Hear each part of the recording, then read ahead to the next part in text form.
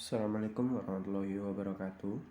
Saya Muhammad Ilhaq Sofillah dari kelompok 5. Di sini kami akan mengusung tema struktur pemerintahan dan birokrasi kerajaan Majapahit.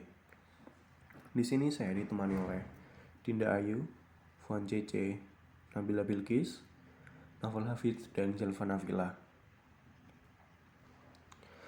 Kita langsung menuju ke opsi pembahasan tema. Yang pertama, sistem pemerintahan, dan yang kedua, tata birokrasi. Kita melaju ke sistem pemerintahan terlebih dahulu. Sistem pemerintahan.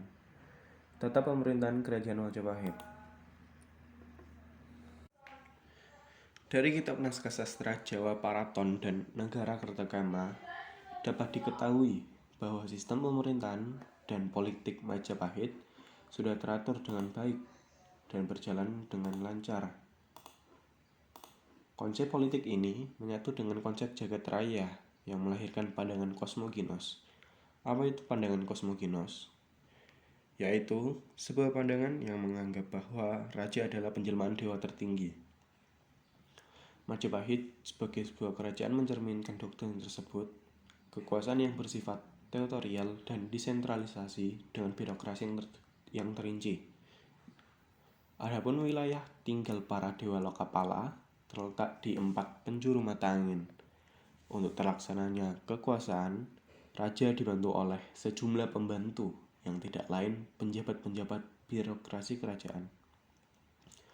Dalam susunan birokrasi demikian, semakin dekat hubungan seseorang dengan raja, maka akan semakin tinggi pula kedudukannya dalam birokrasi kerajaan.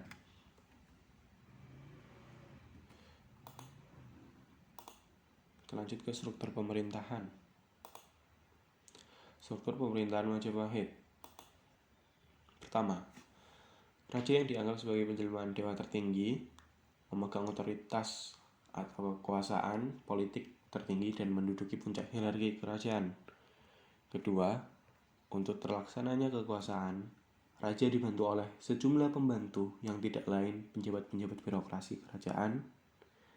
Yang ketiga, dalam susunan birokrasi demikian, semakin dekat hubungan seseorang dengan raja, maka akan semakin tinggi pula kedudukannya dalam birokrasi kerajaan. Dan yang keempat, struktur birokrasi dalam hierarki Majapahit terdiri dari pejabat kerabat dan pejabat luar kerabat. Pejabat kerabat terdiri dari raja, Yuwaraja atau raja muda, Pahom Narendra, Rakrian Mahamatri Katrini, dan untuk pejabat di luar kerabat terdiri dari Dharmadiaksa, Rakrian Mantri Ripakirakiran, Mantri Bujangga, dan pejabat lainnya. Untuk pejabat kerabat terdiri dari 4 anggota, yaitu Raja, Yuwaraja atau Raja Muda, Rakrian Mahamatri Katrini, dan Pahom Narendra. Yang pertama yaitu Raja. Yang Raja merupakan seorang yang memegang otoritas tertinggi dalam suatu kerajaan. Nah, untuk raja sendiri ditentukan berdasarkan garis keturunan secara turun-temurun. Lalu ada Yuwaraja atau Raja Muda. Jabatan ini dipegang oleh putra mahkota raja yang belum diangkat menjadi raja. Lalu ada Rakrian Mahamatri Katrini. Rakrian Mahamatri Katrini dibagi menjadi 3, yaitu Ihino, Ihalu, dan Isirikan. Pejabat-pejabat ini menerima perintah langsung dari raja, tetapi mereka tidak melaksanakan perintah tersebut, melainkan diberikan kepada para bawahannya. Lalu ada Pahom Narendra, yang merupakan sebuah lembaga pertimbangan yang terdiri dari 7 orang anggota keluarga raja, yaitu raja itu sendiri, ayah dan ibu raja, paman dan bibi sang raja, adik raja, dan sepupu-sepupu para raja. Selain pejabat kerabat, juga ada pejabat luar kerabat yang terdiri dari Rakrian Mantri Ripakirakiran dan Dharmadiaksa Mantri Bajangga. Yang pertama yaitu Rakrian Mantri Ripakirakiran yang berfungsi atau berperan sebagai Dewan Menteri atau badan pelaksana pemerintah dan terdiri dari 5 orang Rakrian. Yang pertama yaitu Rakrian Mahapati atau Apati Amangkabumi yang bertugas atau berperan sebagai Perdana Menteri yang memiliki kedudukan tertinggi. Kemudian Rakrian Temung Agung sebagai Panglima Kerajaan, Rakrian Demung sebagai Kepala Rumah Tangga Kerajaan, Rakrian Rangga sebagai Pembantu Panglima, dan Rakrian Karunan sebagai penghubung dan tugas-tugas upacara. Kemudian ada Dharmadiaksa. Dharmadiaksa ini merupakan pejabat tertinggi yang bertugas secara yuridis atau bertugas berdasar hukum atau aturan-aturan yang ada di Kerajaan Majapahit mengenai masa-masa keagamaan dan diduduki oleh 2 orang, yaitu Darmadaksaring Kasayuan untuk urusan agama Siwa dan Darmadaksaring Kasogatan untuk urusan agama Buddha. Dalam menjalankan tugasnya, Darmadaksani dibantu oleh pejabat keagamaan yang disebut dengan Upapati. Kemudian yang terakhir adalah Mantri Pujangga. Mantri Pujangga ini merupakan jabatan untuk kelompok cendekiawan dan para ilmuwan yang berada di lingkungan Istana Majapahit dan berfungsi sebagai penasihat masalah keilmuan-keilmuan duniawi dan memberikan tuntutan rohania. Contoh tugas dari Mantri Pujangga ini yaitu seperti sebagai juru bicara raja, sebagai penyusun kegiatan raja, dan sebagai pengurus perpindahan penduduk. Selain dari ketiga jabatan tinggi tersebut, juga ada jabatan lain di Majapahit seperti Mantri, para Tanda, para Gusti, Wadi Haji, dan Bayangkari.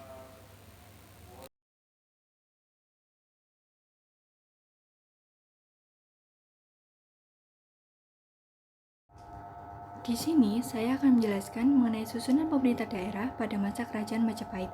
Susunan pemerintahan pusat menjadi pola susunan pemerintahan daerah. Dalam wilayah Kerajaan Majapahit terdapat berbagai kerajaan kecil, yaitu seperti Daha, Kahuripan, Lasem, dan sebagainya. Dalam pemerintahan kerajaan kecil, memiliki raja dan perangkat kerajaan yang lengkap, serta mempunyai otonomi penuh dan kewajiban-kewajiban tertentu kepada pemerintah pusat yang dilakukan oleh pejabat pusat maupun oleh pejabat daerah yang bersangkutan. Susunan dari pemerintahan daerah pada masa Kerajaan Majapahit ada 3, yaitu yang pertama adalah Rakai atau Pemgat sebagai penguasa tertinggi, kedua adalah Pati atau Wahuta sebagai pembantu Rakai, dan yang ketiga adalah Ramah sebagai pejabat desa. Dan pada Kerajaan Majapahit terdapat juga istilah untuk beberapa desa yang disatukan, yaitu disebut sebagai Wedana. Hubungan birokrasi pemerintahan pusat dan pemerintah daerah Kerajaan Majapahit. Birokrasi pemerintahan daerah dalam wilayah Kerajaan Majapahit terdiri atas birokrasi pemerintahan yang dipimpin oleh keluarga yang menikah dengan penguasa-penguasa daerah terutama raja. Pegawai-pegawai raja yang mengurus pemasukan pajak seperti pajak hasil bumi, pajak perdagangan, dan denda atas tindak pidana. Kebendahara kerajaan menimbulkan suatu ikatan antara birokrasi pemerintah pusat daerah.